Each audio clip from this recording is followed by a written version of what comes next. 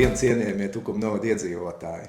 Šodien esmu viens, bet ne tāpēc, ka paliku viens, bet tāpēc, ka mani kolēģi ir atvaļinājumos, un šodien pārstāvēšu mūsu partiju. Tātad notikās kārtējā domas sēdē, pagājis jau vesels gads no šī sasaukuma sākuma, un kārtējā domas sēdē mēs izskatījām 47 jautājumus. Protams, ka katrs jautājums ir kādam svarīgs un nozīmīgs, bet es gribētu pastāstīt šodien tieši un parunāt tieši par, manuprāt, svarīgākajiem jautājumiem, kurus izskatījām šajā domas sēdē. Sākšu ar to, ka Tukuma novada domas deputātu sastāvā notikās izmaiņas. Ingas Priedes vietā turpmāk strādās Kristaps Gotfrīds. Apsveic Kristap, veiksmi, lai viss izdodas. Nākamais jautājums, par kuru es gribētu runāt, tā ir ievēlējam, apstiprinājam jaunu Tukuma novada bibliotēkas vadītāju, un tā turpmāk būs Dace Ernšteine. Apsveic Dace, veiksmi, izturību, mēs zinām, tev viss izdosies. Nākamais jautājums bija ļoti plaši izskanējis jau sociālajos tīklos, un cilvēku uz ielām runā par šo skulptūru pilsētas centrā, Brīvības laukumā, strūklaks apskāvienos, teiksim tā. Izstrādātais piedāvāja savu redzējumu, savu konceptu, prezentēja skulptūru, sieviete uz pirksta, it kā balerīna, bet, manuprāt, koncepts ir interesants, vērts par to runāt, bet izpildījums absolūti neder Tukuma centrālajam laukumam, Tukuma sejai, jo es negribētu, ka mūsu pilsēta tiek asociēta tieši ar šādu skulptūru.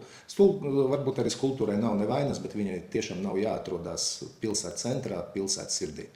Bet turpināsim sekot līdzi visam, kas notiek ap Tukuma Brīvības laukumu, ap pilsētas seju. Turpināsim, noteikti pievērsīsim tam uzmanību. Un tas izmaksas, par ko runāja attīstītājs, tie ir 140 000. Manuprāt, mēs vienmēr varam atrast daudz lietderīgāk, kā iztērēt šādu lielu naudu Tukuma novada iedzīvotāju labā. Tāpēc, turpināsim sekot līdzi, redzēsim, kā tas viss attīstīsies, bet no manas puses šādai skulptūrai atbalsta noteikti nebūs.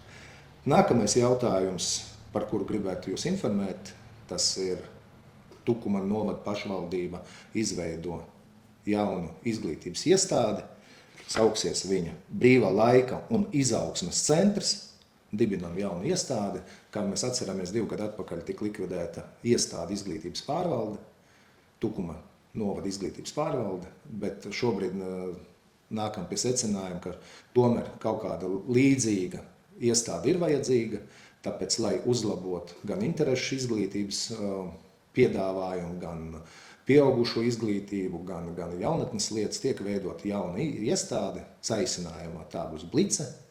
Vēl komitejas laikā lūdzu sagatavot izmaksas, cik mums izmaksās šī iestāde.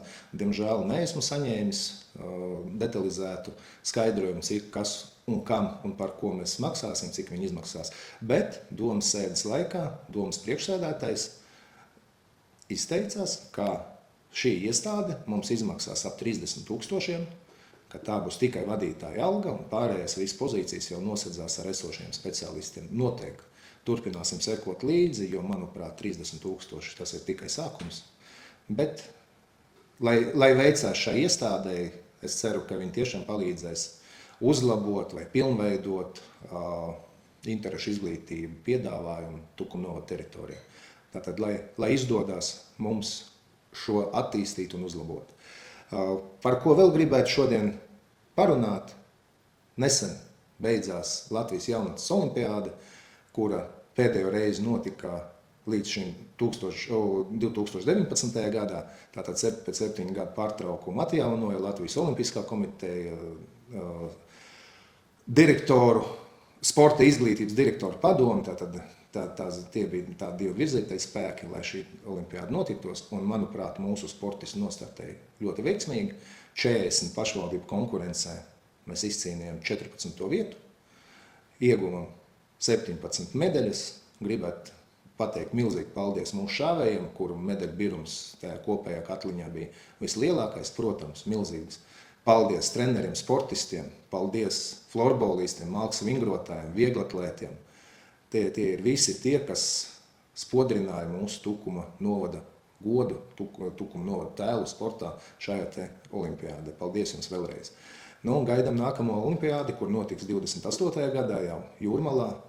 Man prieks, ka šī tradīcija ar jaunatnes olimpiādām atgriežas atpakaļ mūsu ikdienā.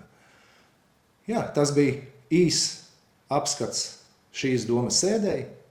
Paldies jums, izbaudām vasaru, esam uzmanīgi ar uguni, esam uzmanīgi uz ūdens, sargājam viens otru, lai mums veicas un tiekamies pēc mēneša.